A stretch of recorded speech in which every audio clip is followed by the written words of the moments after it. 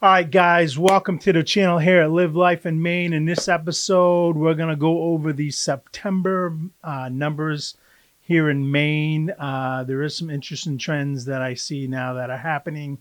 There definitely is a lot more inventory on the market. That is primarily because things are not selling as fast as they were even 6 months ago. But interest rates are coming down, and that's a good news. I just got one of my buyers an FHA loan as an example at 5.25%. So we're getting close to the election. I think I predicted it'd be around 6. They're a little lower. I don't know. Maybe I know what I'm talking about. Maybe I don't. But at least I got one of my clients an interest rate at 5.25%. So as always, we're going to go over the 5 major counties where the majority of people live. And then I did do a little something different because I have a lot of requests on this channel to what about other counties. So I'm going to highlight the other counties. I'm not going to go in depth because there's 16 counties total in Maine. I'm going to cover, like I said, the 5 most populous. We'll cover the other 11 kind of on a highlighted level. And if you're looking to move here, sell here, or you already live here and you're looking to move or sell, then this information may be helpful for you. So grab a piece of paper, maybe some popcorn, maybe your favorite drink, because we're going to get after it right now.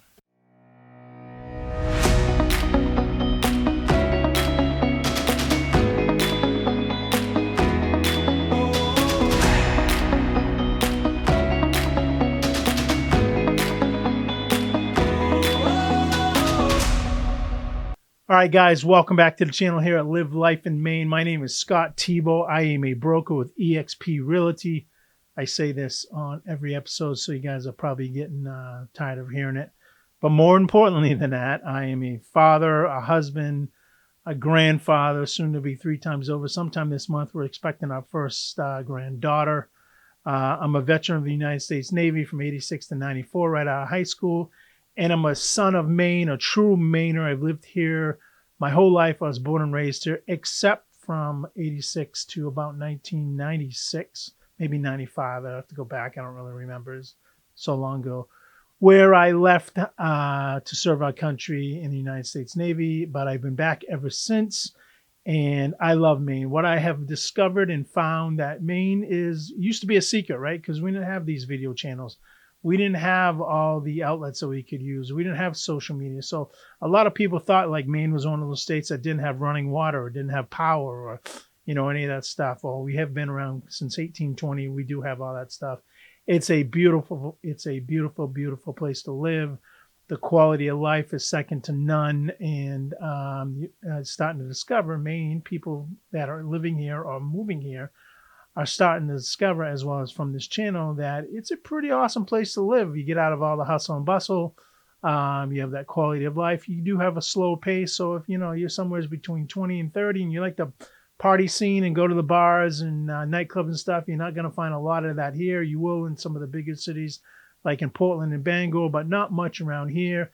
And it's just a better quality of life. And there's one of the reasons why Maine is one of the oldest populations is because people don't leave.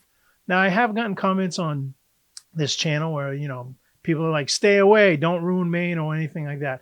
I don't ever think there's going to be such an influx that Maine is going to ever be ruined, right? There's just a lot of people that don't want to live in the north and don't want to live in the colder months. And there is also a lot of people that actually do leave Maine, specifically in the wintertime, to go to sunny Florida or some of these other warmer states in the south, and then they come back. So we call them snowbirds. So Maine has a populace of about 1.4 million, maybe a little less, a little bit more. I think it's a little bit less than 1.4 million.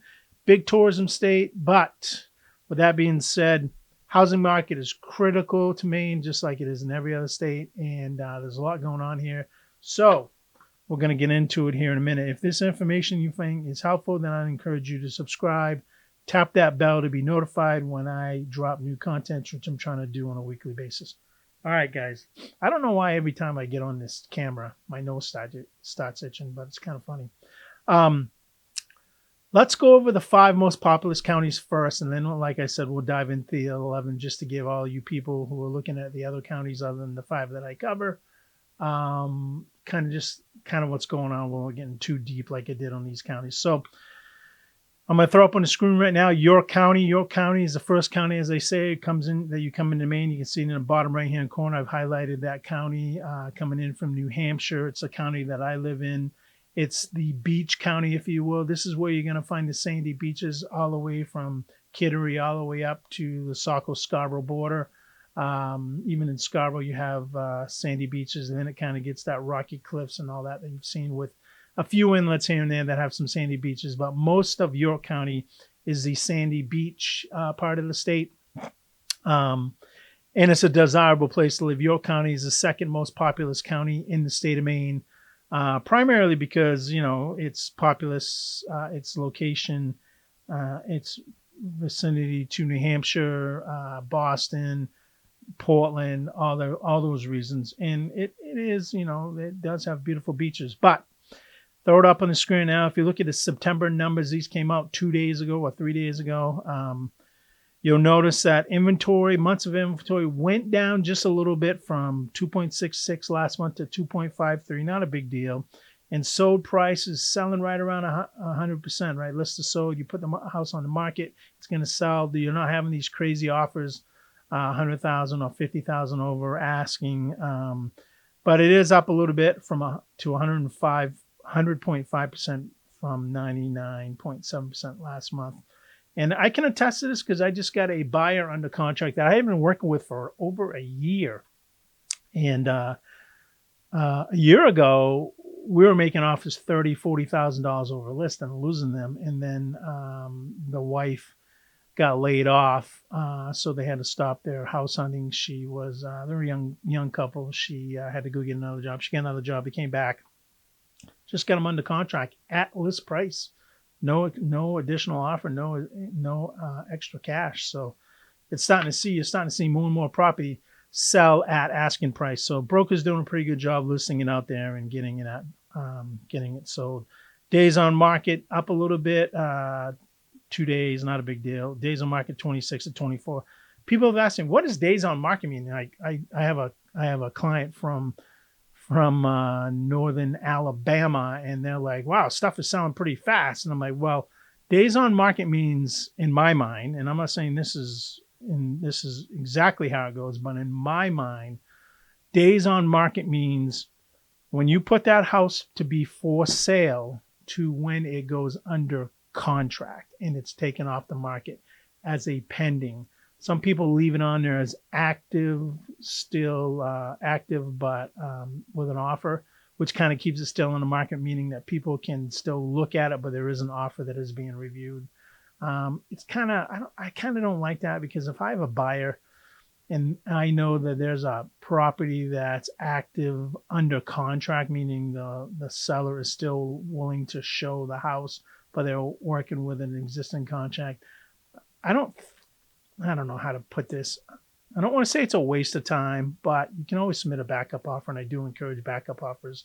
But generally, if a seller is considering an offer, unless something goes sideways, they generally take that offer and they work through pretty much almost everything. I've seen very little deals where an offer was accepted and it went back on the market unless two things happen. Unless there's some really material facts, problems with the property that was not disclosed, and the buyer found out while they were doing their due diligence for an inspection, or if the buyer lost their funding through no fault of their own, like my last buyer, my buyer that I haven't, she lost her job, or something happened as long as they get transferred or whatever. But generally, you don't really see contracts going south unless those two things happen, and they don't happen that much. They really don't. I don't know the percentage. I just don't think it happens that much. But that's what I mean by days on market. I think the MLS may mean something different, and I'm not quite sure how they calculate those numbers. But to me, days on market is, if I have a property, I'm going to put it on the market. It took 26 days for it to go pending under contract. Somebody's made an offer and the sellers accepted it. It does, but let me caveat that it does stay on the market if I have a property, a buyer makes an offer and the seller accepts the offer, and instead of me going in and changing the listing to pending, I change it to active under contract, then it still states that it's on the market. And some people like to do that because they like to get as many offers as possible in case the first one fails. I get it. I see it. I agree with it. But again, how many of those offers, what's the percentage of offers that a seller accepts that does not close? I think is very low, probably less than 5%. Don't quote me. I don't know for a fact, but it's pretty low in my experience. Moving on, number of sold listings down 242. This is what I'm talking about. Inventory is kind of changing. 242 sold listings in the whole county of York compared to 324 in the month of August. Now, these are September numbers, guys. And median sold price way up, way up, $548,500 compared to $465,000 in the month of August. So that's a pretty big change. I didn't dig into these numbers, but if I dug into them, I bet we're going to find there's maybe 3 or 4 houses that are in a couple $1 million range, which skewed the numbers because I don't think the median sold price would have jumped that much in 1 month from August to September. But we'll see what happens next month. And then number of active listings, 613 compared to 863 in the month of August. And again, if you look at what the average value of homes are in York County right now, the median estimated value. Now remember, median means it's in the middle, half are higher, half are lower. So they kind of take the median. In other words, if you had 3 houses, one was for $3, one was for $2, and one was for $1, they'd say that the median sold price or median estimated value of that house was $2, right? It's in the middle. But in this example of York County, $515,720, that's only a 1% change over the last month. And over the course of a year, if you hadn't had a property for a year, you would have grown 6.3% in equity during that year, same time last year to this year. All right, guys, that's York County heading up the coast, heading up to the Portland market, Cumberland County, which is the largest county in terms of population in the state of Maine. It's got Portland, Westbrook, Scarborough, Falmouth, Cape Elizabeth, Yarmouth. It's where, again, the majority of jobs are, majority of people live. Primarily, that's because those are the biggest cities. That coastline is much more rocky. You do have some beaches like Higgins Beach and a few beaches in the South Portland area that are sandier, but you start getting into the cliffs and into the rocky part of the state. And then looking at this map, if you look at the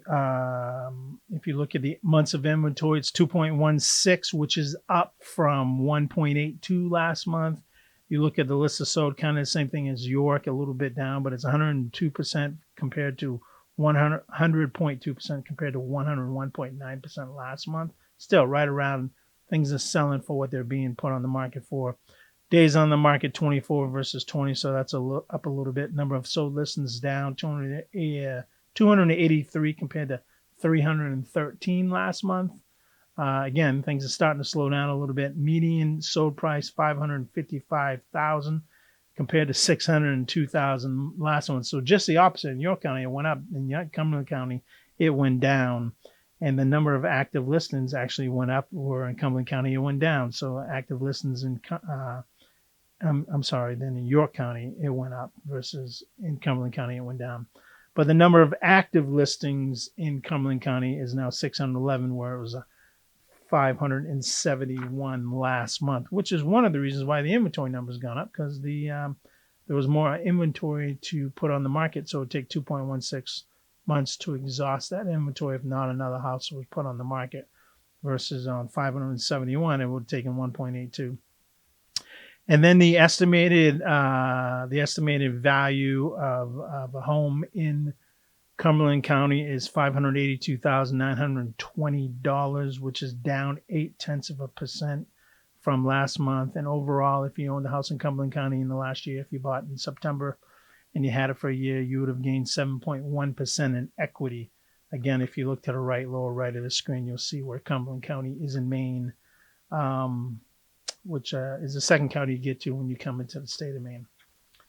All right, moving ahead, guys. We're heading, so we're in Portland. So we came into the state. I'm going to do it your way. We came into the state. We started York County, kind of going up 95 to the coast, and we hit Portland. We're going to bank a little bit right, and we're going to go up a little bit further into Androscoggin County. This is where Lewiston and Auburn are. Again, most populous counties. I'm doing not most desirable, but most populous in terms of where the majority of people live and the jobs live. I'm not saying Androscoggin is not a desirable county to live in. I'd rather live in York and Cumberland and maybe Kennebec before I'd choose Androscoggin, but that's just my preferences. So months of inventory, 1.61 down from 1.81 last month. List of sold up a little bit, down a little bit, but up a little bit compared to Cumberland and York counties, 101.1% compared to 102.9% in the month of August.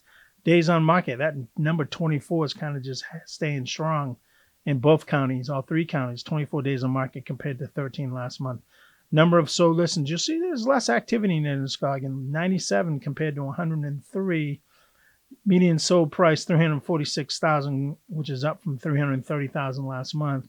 And number of active listings, 156 compared to 165 last month. So kind of Androscoggin County is that county where you can get houses for less than $400,000. And again, I'm not saying that's less than desirable to live there, but obviously, I mean, if you just read the fine print and common sense says if you have less expensive houses, probably there's a few reasons for that. You can garnish your own thoughts on why that is.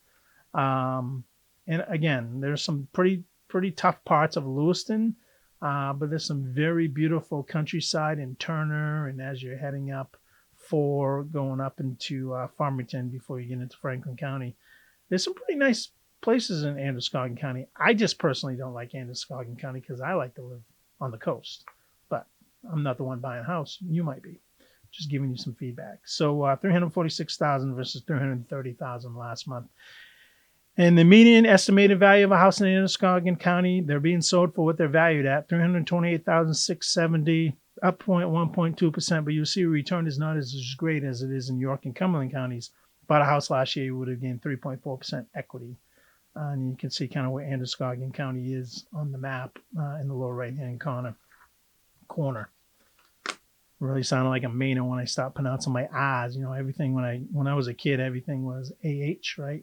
I can remember going into the military and then them asking me to talk, right? Like say car or walk your dog, right? My pronunciation of the vernacular of the Maine language for me has changed as I had traveled and been in other parts of the country. But you go down east, I got one buddy, man, he is drawn out Maine Yankee, and you know, I bring him around to some of my friends that are from here, and they just love to listen to that kind of language because it's just so that vernacular, because it's so different, right? Just like you can tell where they're from.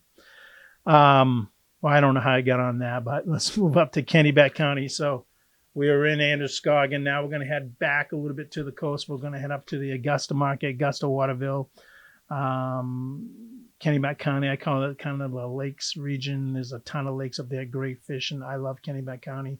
Again, it's not on the coast, but I love Kennebec County because of all the lakes and everything that it's got there. And the months of inventory is going up 3.09 compared to 2.35 last month. List is sold down a little bit. Again, right around 100%, 99.7% compared to 99% last month. So it went up a tick, right? List is sold, but pretty much figure you're going to pay. What a house goes on the market for you, this is what you're going to pay for it. You're not going to have to make you're not going to have to make an offer much over asking unless you really, really want to guarantee the house, then you can probably put something in. You probably have a pretty good shot of buying it for a little bit more than it's asked. Days on market, this has changed. It's gone. You know, the last three counties that I use are 24. This one's 37 compared to 30. Number of sold listings, 124 compared to 147 last month. Median sold price, $335,000 versus $325,000 last month. And the active listings are up 383 compared to 340 last month. So Kennebec County, you're getting more inventory. The houses are staying on the market a little bit longer. There were less houses that sold. These are all single family, by the way, guys. Less houses that had sold, but the price has gone up 10 grand. Median estimated value of homes in the Kennebec County region is 309,000. This is down 1% from last month. And again, if you bought a house a year ago, you would have gained 5.8% in equity in Kennebec County in Maine here in the last year. All right, guys, the last county I'm going to get more in depth with is Penobscot. I only do Penobscot because it's the Bangor market. Bangor is the third largest metropolitan area in Maine, and it depends on where you're from. You know, when I say the third largest, well, the largest is Portland. And with Portland and everything around it, it's only about 500,000. So, I mean, if you're from one of these bigger cities, you might have more than 500,000 people just in your district. Like if you're from Philly or Arizona, Phoenix or New York or some of these bigger cities, you probably laughing at me saying third largest metropolitan area, but Bangor's got probably around 100-ish. I'm going to guess. I don't know off the top of my head. Sounds about right. Months of inventory, 3.72 months, which is up from 2.6 months in the month of August. List of sold 97.4, so it's going down. So people are buying houses less than what they've been asked for compared to 97.8. So still going down. Days on market, 36 compared to 35 last month. Number of listings sold, 137 compared to 176 last month. Median sold price gone down, not a lot, $500 to $275,000 from $275,500. And look at this, the number of active listings, 509. That's a lot of active listings for the Penobscot. I mean, York and Cumberland have more than that, but still a lot of active listings in Penobscot County. So 509 compared to 462 last month. Average value of a house in the median value, not the average, the median value of a house in Bangor in the Penobscot County is $298,090, down 0.6% from last month. And again, you've gained about 7.2% equity in your home if you've lived in Penobscot County for the past year. And finally, guys, I'm going to do something a little different. As I said in my monologue when I opened, I get a lot of requests for all the other counties. So there's 16 counties in Maine. If I went all 16 of them in depth, this would be an hour podcast. I listen to a lot of podcasts, but an hour video. Right now, the attention span of most people are short. I average a little over 8 minutes, which is, I guess, higher than normal. But I get that not everybody's watching the whole videos. They're kind of skipping through and seeing what they like. But my subscriber rate is still climbing, and I'm getting more and more phone calls. I'm up to... I have it there. I have 11 active clients right now from this YouTube channel that I'm working with that are under contract with me. Not that we've found a house yet, that are under contract with me, trying to help them find a home and close on it. So it's growing, and I've helped 15 in the last year and a half close property from this YouTube channel. So it's working. And appreciate everybody that watches the channel, and I appreciate all of you who subscribe, and I appreciate all of you who give me comments, whether they're good or bad. Keep them coming. This channel is really meant to educate you, the consumer, on what's going on in Maine, specifically in the real estate market from my perspective.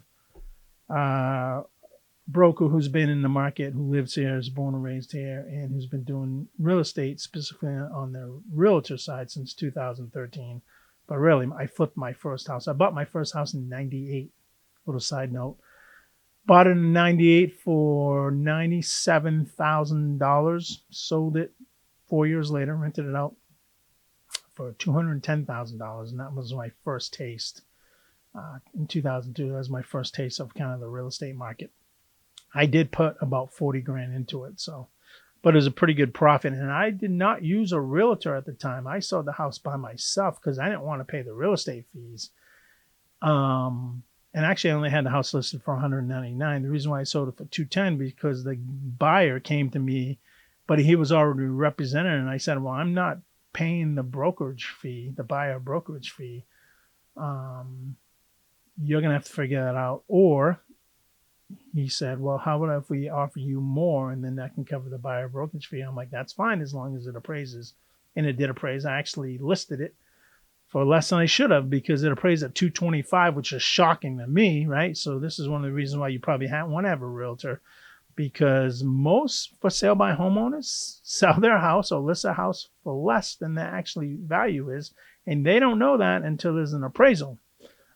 So just saying, you're only a good broker, a good realtor, one that's been doing this for a while, is gonna cover their costs from a for sale by owner. Never mind all the aggravations you got to go through, but they're going to cover their cost of what you're going to pay them, because you're going to get your house sold for more, and you're not going to have to deal with the majority of the headaches that we are trained to deal with because we do it every day. And as a for sale by owner, I'm not saying don't sell your house by yourself. I'm just saying just be reasonable. It takes a lot to sell your house. I mean, you got to do showings, you got to answer emails, you got to answer questions, you got to answer disclosures, you got to deal with closing, you got to deal with lenders, title agents, all that stuff. There's like 99 or 130. No, it's 90 on the buy side. It's like 99 steps to get a house from under contract to closing, that most people aren't aware of, because, and they don't do it for they don't do this for a living. So it's really a full-time job, especially when you get a house under contract. It can happen in short spurts, but you have 4 or 5 of these rolling at once, which I do. It keeps you on your toes, and you got to be very organized. So I couldn't imagine if I had to do it over again, being a for sale by owner, if I didn't have a real estate license, doing it again, because I know how much aggravation I went through to sell my first property that I did without a realtor. And then I hired a realtor, and then again, I decided to become a realtor myself, so I didn't pay real estate fees, and the rest is history. Here I am. But boy, here we are, guys, September 2004. This is the rest of the counties in Maine. I'm not going to go over all of them. You can look on a map where they're located. Aroostook, these are in alphabetical order. So Aroostook is the largest county east of the Mississippi. It's the county way up at the top of Maine. We call it the county for that reason. It's where the potatoes and the logging and the tree industry is. It's probably the least expensive county to live in Maine. You'll see the medium sale price is $178,500, and things are being sold for a lot lower than they're being listed for, at about 92.7. But you can see the months of inventory and all that. I'm just picking on a few counties. Versus if you go to like Hancock County, where I'm working with my friend Braden, he's trying to get some land. Kind of at a stall right now, waiting on the legal department. But you look at that, where the average median sold price in Hancock County, which is kind of the Bar Harbor region, Mount Desert, is $447,500. And the days on the months of inventory is 4.26. Skipping around here, Lincoln County. I helped a buyer off this channel move to Lincoln County back in, I don't know, Jesse, when we did this. Was it March, April? I'd have to go back in my notes. And I owe you a call. I know you've called me a couple times. I've sent you an email. So if you're watching this, I will call you. I promise. I just been swamped. I hope your stuff's going well. I knew you had to put in some. You're putting in some French drains and stuff to get some of the water away from your place. But I hope your wife and you and your kids are loving Lincoln, Maine, and I hope you get some fish out of that lake this year. But if you look at Lincoln, Maine, $495,000 is the median sold price in Lincoln, Maine in September. Just jumping around here, Saginaw, that's kind of down past the Brunswick areas. You're starting to go up the coast. Call that the mid coast. $456,000, 101.1%, 2.52, 101.6% list of sold, and 2.52 days on the inventory. And then Washington, I'm just going to throw this out at you. Washington is actually the poorest county in Maine. At least it has been. I think it still is. It's the last county you're going to come to. So if you're driving in Maine, you go up the coast, you go past Bar Harbor, and you keep on going. That last county before you get into Canada is Washington County. Look at the if I read this right, look at the months of inventory, 8.22. That's a buyer's market. I wonder why. List of sold 94.3%. Days on market, is that 57? I should turn on some lights. Looks like almost 2 months. So that means when you put the house on the market, and it takes almost 2 months before a seller accepts an offer. Number of sold listings pretty low, 32.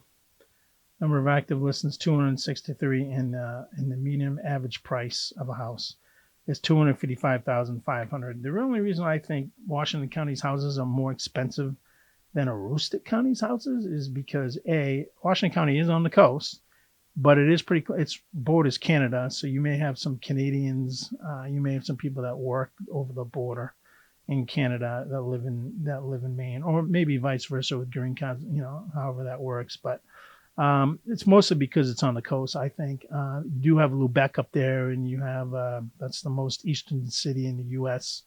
where the sun first rises. But I thought I'd share this with you. I know somebody asked me about Franklin County. So Franklin's the second one on here, 329,173 listings, 95.4%, 3.68 months, kind of balanced still a little bit of a seller's market, but until you get around that four-month mark. 4 to 6 months is buyers, it's neutral, right? You got sellers 1 to 4, 4 to 6, maybe 4 to 6.5.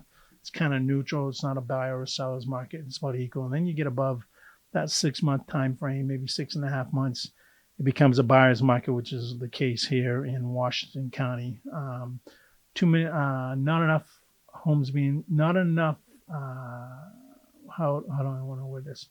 More supply than demand, right? That's really what it is, right? Demand drives supply, or supply drives demand, depends on, and that drives the price of stuff. The more you want something, the more it costs. The less you want something, the lower it is. And nothing could be true than what I just found out the other day, digressing a little bit, but Amazon.com, right? So I was sitting at my camp, and I have this iron round thing that has a kind of teeth in the middle, and you put a log on it, and you hit it with a sledgehammer, and it splits it, right? You don't have to use chainsaw, axe, or whatever. And there's this old couple, not old, but older than me. I call them senior, they're retired. He's using an axe, and he's hitting it, and he can't break it open, and I'm feeling bad for this guy. So I grab my 40-pound kind of log splitter, and I walk over, and I drop it down, and I'm like, here, use this. Couldn't get the axe out of the wood. Then he broke his handle, so I had to go get back and get my sledgehammer. Pound it, breaks it right in half. He's like, wow, no problem. So his wife's like, I got to get him one of those. Where'd you get it? I said, Amazon.com. And she said, how much did you pay for it? I'm like, I don't know. My wife bought it. So I asked my wife, because she's sitting over there too. She goes, I don't know. I think $80 or something like that. So we bought it in 2001. Went back to the 2001 purchases in Amazon and found out that she paid $174 for this thing. Well, now this thing is like $49.99. So supply and demand, right? Case in point. Anyways, I know I get off on these tangents. Just kind of be relatable, talking about my everyday life, because you may experience some of the same things. Guys, that's it from here. I'm going to have a couple more videos coming out. I'm going to be doing one on the veterans benefits in Maine. I got a request from Braden, but I actually have another lender that I'm working with who's really good. And I'm just waiting to have some breakfast with him, or a coffee or lunch, and we're going to go over some of the benefits that he's aware of and that I'm aware of. I'm going to compare notes, but there is a lot of benefits to using a VA loan in Maine. So we're gonna cover that, and we're gonna cover some other things. All right, guys. Hope this information was helpful. If you have any questions, comments, send me a line, send me a text, give me a call. Appreciate it. Scott Tebow, over and out. Bye-bye.